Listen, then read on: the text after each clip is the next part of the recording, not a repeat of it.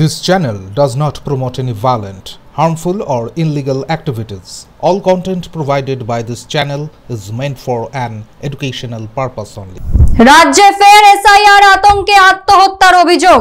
ভাঙড়ে জয়পুরের ফুচকা বিক্রেতা বছর ৩৫-এর সফিকুল গাজী গলায় ফাঁস দিয়ে আত্মঘাতী হন। পরিবারের দাবি, পরিচয়পত্র না থাকায় আতঙ্কে ছিলেন তিনি। ঘটনায় চাঞ্চল্য ছড়িয়েছে এলাকায়, পুলিশ তদন্ত শুরু করেছে।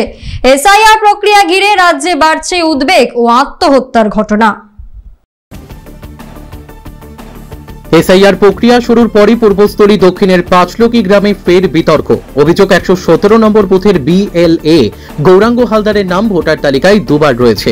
রাজ্যে ফের এসআইআর আতঙ্কে আত্মহত্যার অভিযোগ। দক্ষিণ ২৪ পরগনার ভাঙড়ের জয়পুরে বছর ৩৫-এর সফিকুল গাজী নামে এক ফুচকা ব্যবসায়ী গলায় ফাঁস দিয়ে আত্মঘাতী হয়েছেন বলে দাবি পরিবারের। স্ত্রী জানান, কয়েকদিন ধরে তিনি আতঙ্কে ছিলেন, বারবার বলছিলেন তার কোনো পরিচয়পত্র নেই, কি হবে জানেন না। বুধবার সকালে ঘরে ঝুলন্ত অবস্থায় তার দেহ উদ্ধার হয়। ঘটনায় চাঞ্চল্য ছড়িয়েছে এলাকায়। খবর পেয়ে ঘটনাস্থলে পৌঁছান ভাঙড়ের পর্যবেক্ষক ও ক্যানিং পূর্বের বিধায়ক শওকত মোল্লা। পুলিশ দেহটি উদ্ধার করে ময়নাতদন্তে পাঠিয়েছে ও ঘটনার তদন্ত শুরু করেছে। উল্লেখ্য, রাজ্যে এসআইআর প্রক্রিয়া শুরু হওয়ার পর থেকেই ২০০২ সালের ভোটার তালিকা ঘিরে আতঙ্কে রয়েছেন বহু মানুষ এবং এই নিয়ে একাধিক আত্মহত্যার অভিযোগ উঠেছে।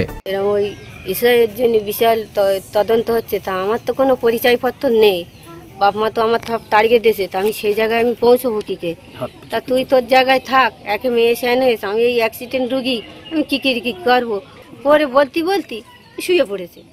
সকালবেলা হঠাৎ আমি গরু নিয়ে গেছি, ও দেখছি ৮টা বাজে তখন উঠে আর কি ঘরে ধৈর্য দেবো কেন গিয়ে দেখি ঝুলতেছে। আমাদের ভাঙড়ের রফিকুল গাজী, বয়স মাত্র ৩৫ বছর, এখানে জামাই হিসেবে থাকতো। ওর সেরকম কোনো কাগজপত্র ছিল না, যার ফলে গত দু তিন দিন ধরে ও খুব হতাশাগ্রস্ত ছিল।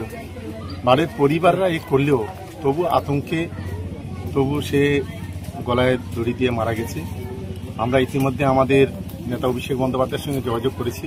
উনি অবশ্যই বলেছেন যে তুমি যাও বা পরিবারের পাশে দাঁড়াও, আমরা সব ধরনের সহযোগিতা করব। দেখুন, এটা সম্পূর্ণ বিজেপির চক্রান্ত। বিজেপি চাইছে এই মৃত্যুর হোলি খেলা করতে। আজকে সেই মৃত্যুর হোলি খেলাটা গোটা বাংলা জুড়ে চলছে। একের পর এক মানুষ এই এসআইআর আতঙ্কে মারা যাচ্ছে।